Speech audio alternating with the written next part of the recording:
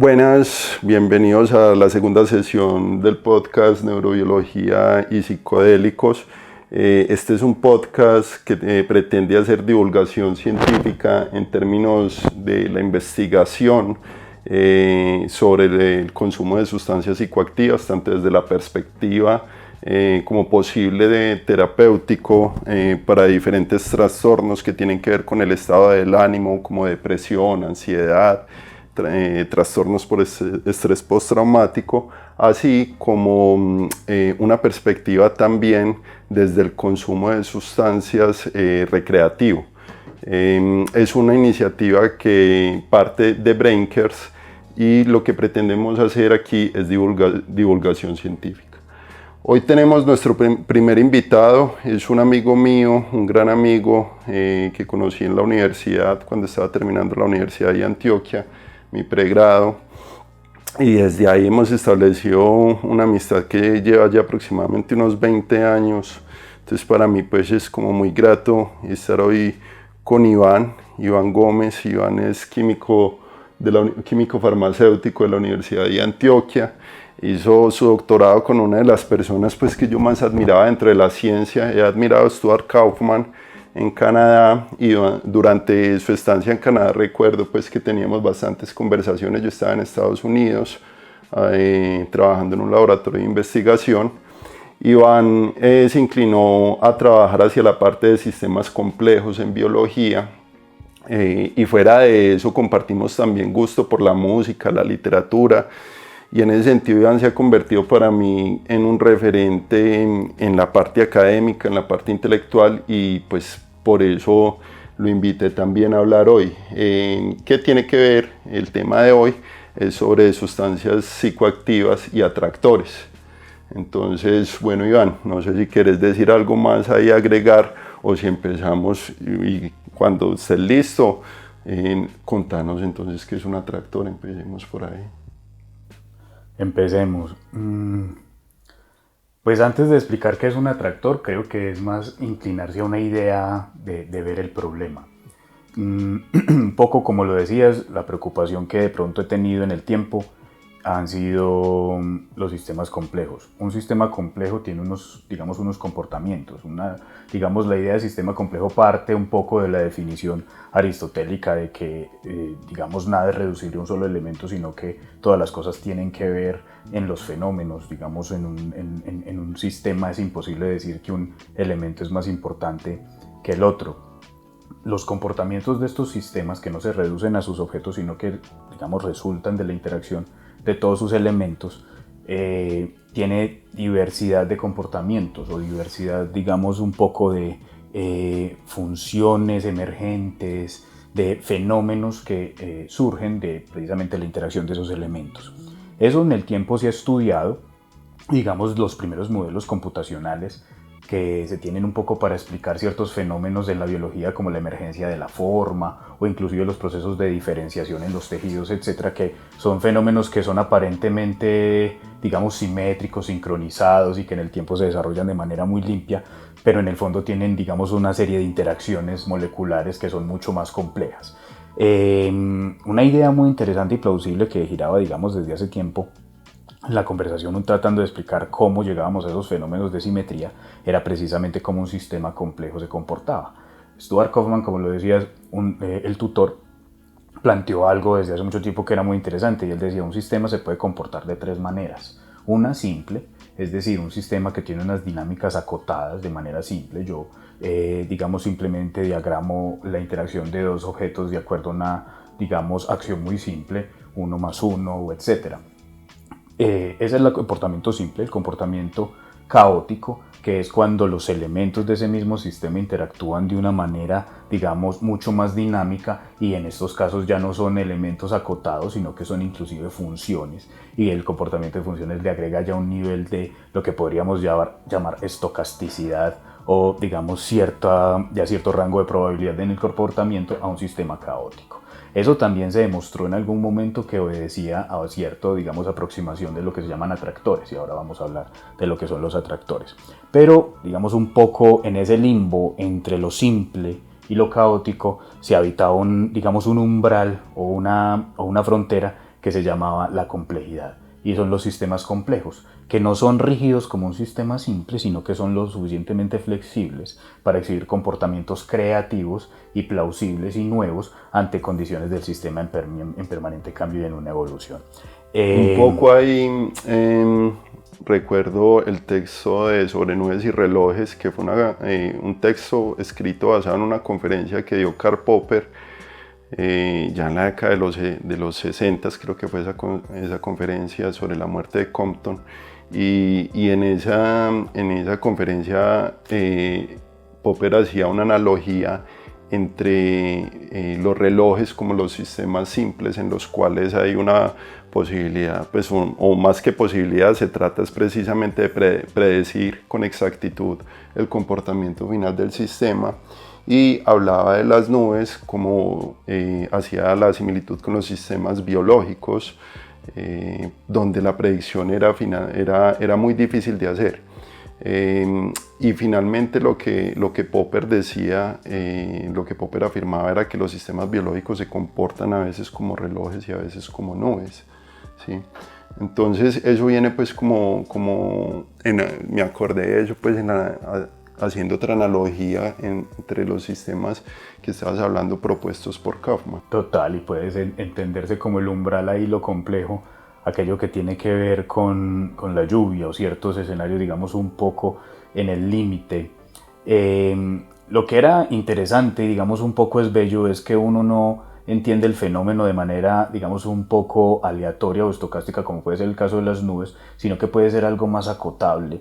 Y eso en la biología es determinante y trascendental, porque uno de los problemas históricos que ha existido es si toda la evolución de la forma y de las cosas que nosotros conocemos que son vivas tiene que ver, digamos, con un tiempo que conocemos que es limitado desde el origen de la vida hasta ahora, y que en ese tiempo, digamos, acotado hubiera pasado todo de manera probabilística y estocástica.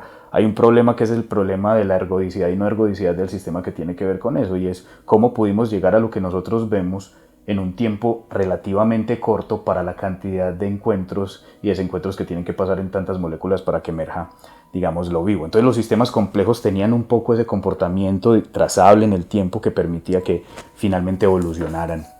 Eso es una idea, digamos, muy bella, pero que se ha llevado ya a la práctica, digamos, y que es lo que se entiende hoy, inclusive en muchos modelos de inteligencia artificial, como la evolución misma de los comportamientos cercanos a la conciencia. Ahora, yo recuerdo que en algún momento, cuando hablábamos de lo que podía ser interesante entender de los sistemas, digamos, en su comportamiento, y en este caso el comportamiento, digamos, del sistema nervioso central, que tiene que ver mucho, al menos en su parte cerebral, con la forma en la que se comportan, digamos, un poco el sistema neuronal.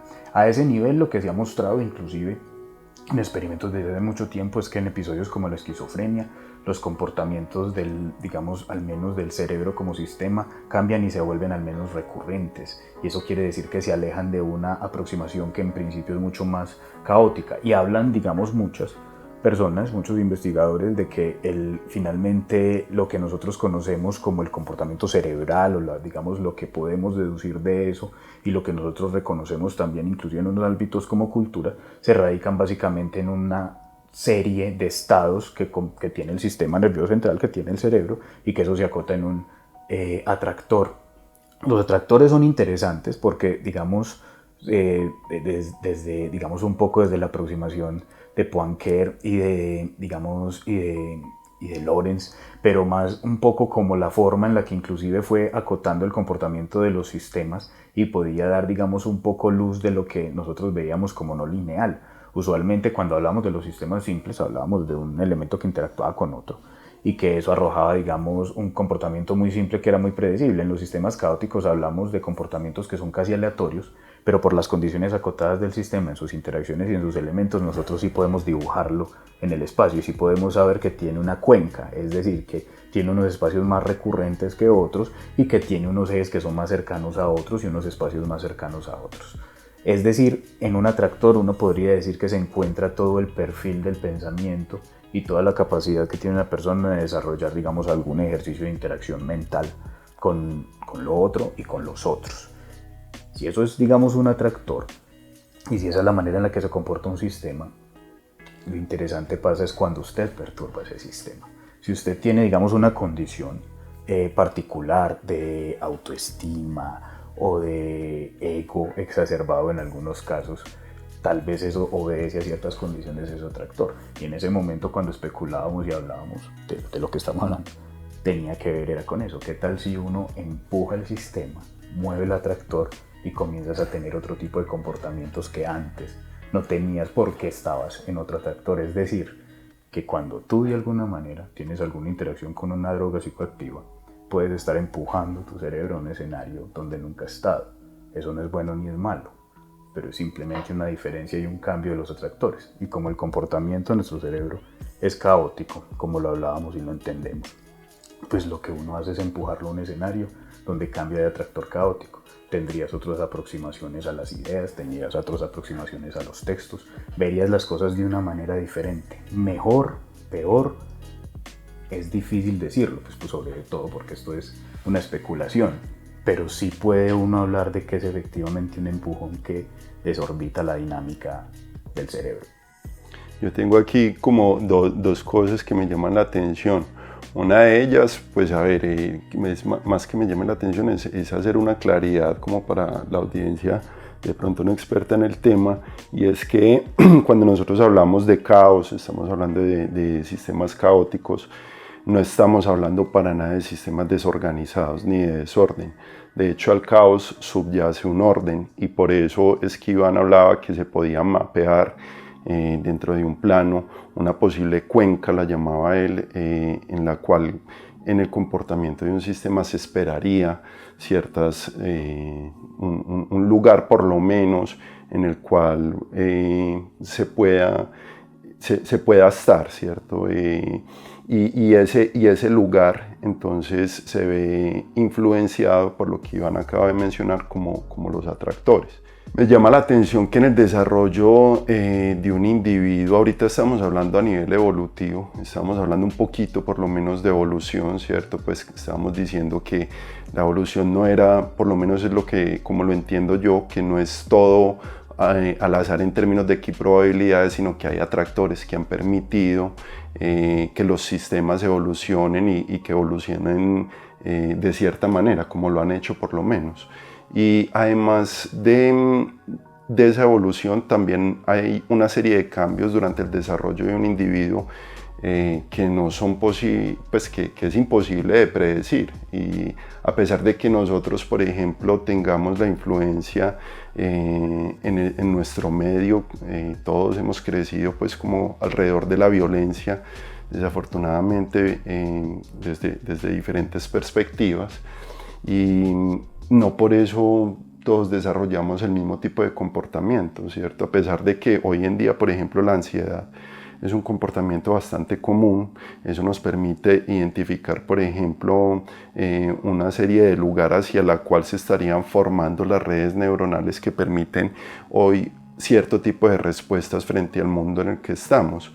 Entonces me llama la atención precisamente que hoy en día donde hay un atractor hacia un punto de ansiedad por la celeridad en la que estamos, por el desarrollo vertiginoso de la misma tecnología, de la ciencia, las interacciones a través de lo que ha sido el internet, la inmediatez de las redes sociales. Eso finalmente entonces va creando una serie de atractores ya en el comportamiento social que como respuesta hemos ido viendo que, o por lo menos en una asociación, una asociación inicial, hemos visto que se ha generado una gran cantidad de estrés, se ha disparado la ansiedad, ¿cierto? Y desde allí también, por ejemplo, esta cuestión con la psicodelia como una posibilidad de generar atractores hacia otro punto, y como decías vos, no necesariamente bueno ni malo, pero que nos permita generar otro nivel de conciencia a nivel social, donde el bienestar de la persona prime por encima de lo laboral o por encima de un montón de cuestiones que hemos venido viendo que nos llevan a situaciones en las cuales no queremos estar. Eso es difícil y puede ser hasta irresponsable, porque póngase usted a pensar, si en el caso hipotético de que efectivamente las drogas psicodélicas pudieran hacer que las personas ansiosas fueran menos ansiosas y que, digamos, entendemos la ansiedad como el resultado de ciertas presiones y tensiones sociales inherentes a las relaciones, al trabajo, etc., o inclusive a condiciones inherentes al organismo mismo y a su comportamiento. Estamos hablando de atractores, eso es inherente también a los atractores mismos. Pero no sería también como nocivo entender que encontramos una solución para un problema que nos estamos buscando. Es decir, como pensar que de pronto usar drogas psicodélicas para atender algo que simplemente para vos implica renunciar a tu trabajo si te tratan mal, o recomponer las relaciones con las personas como las deberías recomponer. Entonces generar como esos tapones, digamos, un poco como, listo, si tu vida te está llevando a que te arrojes por un despeñadero, pero yo voy a poner un colchón abajo para que cuando te caigas no sea tan difícil, pero te vas a seguir tirando por un despeñadero y te vas a seguir descalabrando, y lo único que voy a poder hacer es poner un colchón ahí. Entonces puede entenderse de esa manera irresponsable. Pero volvamos a la especulación. Si efectivamente uno pudiera, digamos, si el uso de sustancias psicodélicas generar un empujón, digamos, mental lo suficientemente interesante como para despertar o abrir otros espacios donde el comportamiento del sistema nervioso y el cerebro nunca ha estado y nunca ha visitado, creo que sí estamos hablando de generar una nueva cuenca y un nuevo atractor, posiblemente. Y que eso tiene unas implicaciones no solo, digamos, un poco en lo que tú decías, en lo que se puede mitigar o no se puede mitigar, sino inclusive en la personalidad. ¿Qué tal que uno, digamos, que el empujón sea tan duro que pues, usted pase de ser David Velázquez a ser Napoleón Bonaparte, un obsesivo por el poder y, digamos, por el deseo megalomaníaco de controlar, digamos, a toda cuesta un espacio territorial y social? Entonces, vuelvo a lo mismo, no es bueno ni malo. Yo no sé si será bueno o malo ser Napoleón, pero en el resultado mismo de las cosas, ¿qué tal si uno se pudiera dar un empujón de esos que la personalidad le cambie drásticamente y la forma en la que usted ve las cosas? O entendámoslo de manera menos severa, simplemente que usted ya no desee hablar con la gente, o que de repente usted, que era una persona que no le gustaba hablar con la gente, salga a hablar con la gente.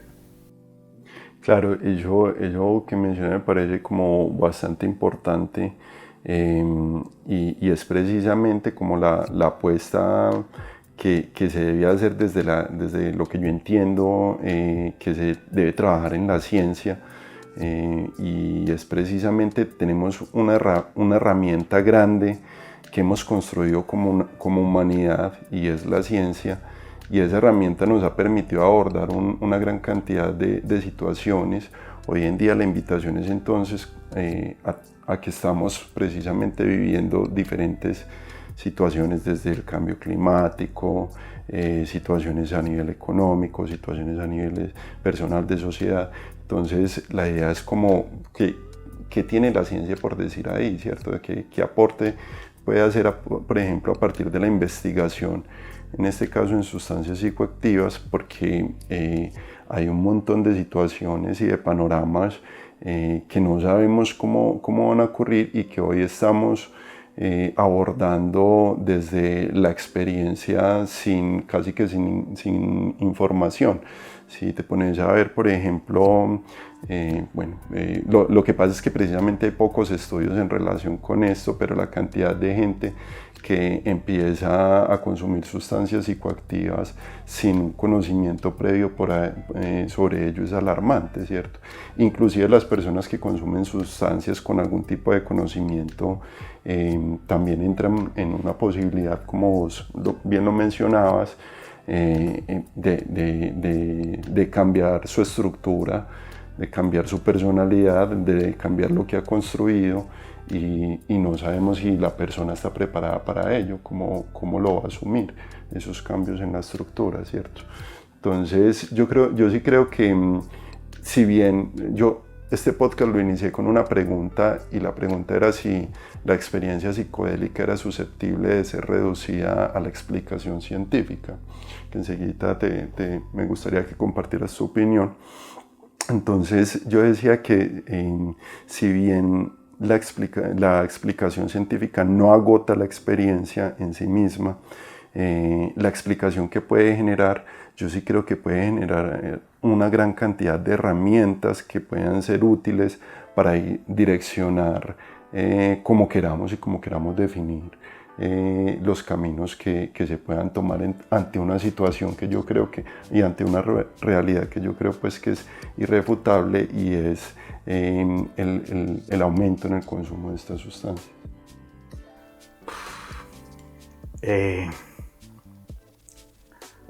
A mí me parece que es muy difícil uno, digamos, pensar que una experiencia como tal pueda ser reducible al hecho científico o a la evidencia científica. Yo creo que la ciencia tiene un poder vasto e importante, y creo que el alcance, digamos, que ha tenido al racionalizar muchos de los fenómenos y de los eventos, no solo ha sido importante pues porque nos ha librado de pandemias y de asuntos críticos y nos ha facilitado la vida, sino que también nos ha empoderado con un conocimiento. Pero me atrevería a pensar que hay algo más allá del pensamiento científico que se escapa, digamos, un poco a la precisión objetiva de la ciencia en su proceder, y que obedece mucho más a la interacción subjetiva que tenemos con las cosas. Y ahí me aparto yo, digamos, un montón del reduccionismo científico. Lo decía en una metáfora Stuart Kauffman, y él decía: tú puedes elegir dos formas o dos ángulos para ver una pareja de novios en París. Si tú te pones a mirar, tú puedes tomar esta pareja de novios y reducirla a una cantidad de células.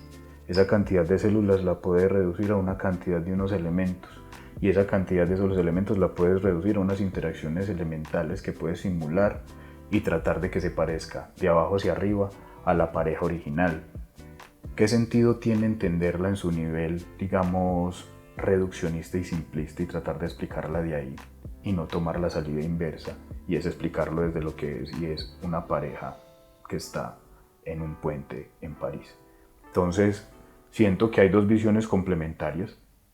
Una no desdibuja lo otro, y sobre todo porque siento que en la explicación científica el rango de lo que hemos construido como humanos es, digamos, explicativo. Es decir, nosotros en lo que construimos es fácil entrar a un mundo donde cognitivamente podemos explicarlo y entenderlo todo. Es nuestra visión objetiva y ególatra y antropocentrista del universo. Pero me cuesta creer que en realidad nosotros, que somos el resultado de la materia inerte del universo, y que hemos llegado a eso precisamente por procesos evolutivos, bla, bla, bla, bla, bla, me cuesta creer que detrás de esto efectivamente solo exista, digamos, solo un ejercicio materialista y científico de explicar cómo unas moléculas se encuentran. Y eso me lleva también a alejarme un montón de la idea divina, de lo que pues implica, digamos, una experiencia psicodélica o el acceso a lo divino. Yo no creo que exista un Dios en una recámara esperando, dando órdenes, ni tampoco en una condición que haga que la naturaleza sea un Dios absoluto. Pero sí creo que hay, digamos, ejercicios de fuerzas y asuntos explicativos que van mucho más allá de la explicación científica que tenemos. Para mí, una experiencia como tal no puede ser reducida a un hecho o a un evento o a la evidencia científica, y eso tiene que ver con el alcance de las experiencias. Las experiencias dependen de fenómenos, y esos fenómenos en el fondo lo que demarcan son unas sensibilidades y emociones en lo que nosotros percibimos y queremos entender. El sentido de muchas de inclusive de las reacciones cerebrales y lo que nosotros vemos en los encefalogramas es por la recurrencia con la que lo vemos. La ubicación de los espacios de actividades cerebrales es por la recurrencia cuando interactuamos con ciertos objetos o en ciertas acciones o en ciertas situaciones, pero no es que exista ahí un espacio en el que uno efectivamente guarde algo. Es el comportamiento del sistema, ¿cierto? Entonces yo no creo que se pueda reducir. Me parece, digamos, un poco delicado. Ojo, si uno habla ya de los términos en los que se debería usar una droga de ese tipo, los psicodélicos y las condiciones como serían provechosas para las personas mitigar asuntos como la ansiedad, yo sí creo que la ciencia tiene que decir un montón. ¿En qué sentido? En el sentido, uno, explicativo, es decir, esto funciona o no funciona, o dos, si esto efectivamente puede ser replicable y escalable, puede llegar a más personas y tiene, digamos, algún sentido de provecho y es beneficio, se puede tomar una pastilla, puede costar, etc. Hay que recordar la primera escuela de LSD que existió seria, que fue la de Canadá, y que de alguna manera sí delimitó muy bien los experimentos que hacía y creaba, digamos, cortes comparadas para el tratamiento de asuntos como el alcoholismo. Recuerdo que en su momento era una de las únicas terapias que inclusive había demostrado ciertos resultados plausibles en el tratamiento del alcoholismo y en la rehabilitación de personas alcohólicas. Entonces, si ese es el caso, yo sí creo que la ciencia tiene que decir mucho, pero en el panorama general creo que tiene que decir solo un pedazo.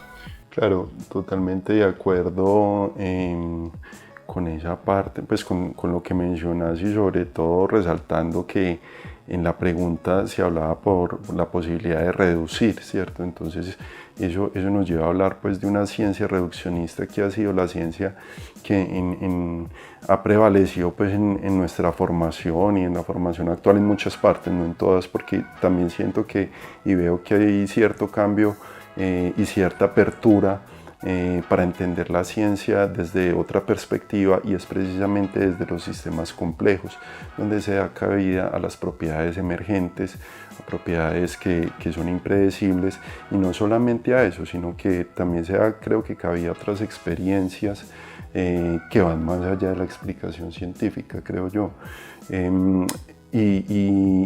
Y también valoro pues bastante otra cosa que mencionabas, y era precisamente de lo que podemos hacer con la ciencia como la conocemos, porque tampoco se trata de decir pues que esa ciencia reduccionista no ha permitido hacer nada. Pues gracias a ella hoy tenemos vacunas, tenemos antibióticos, fuimos a la luna, ¿cierto? Un montón de cosas pues.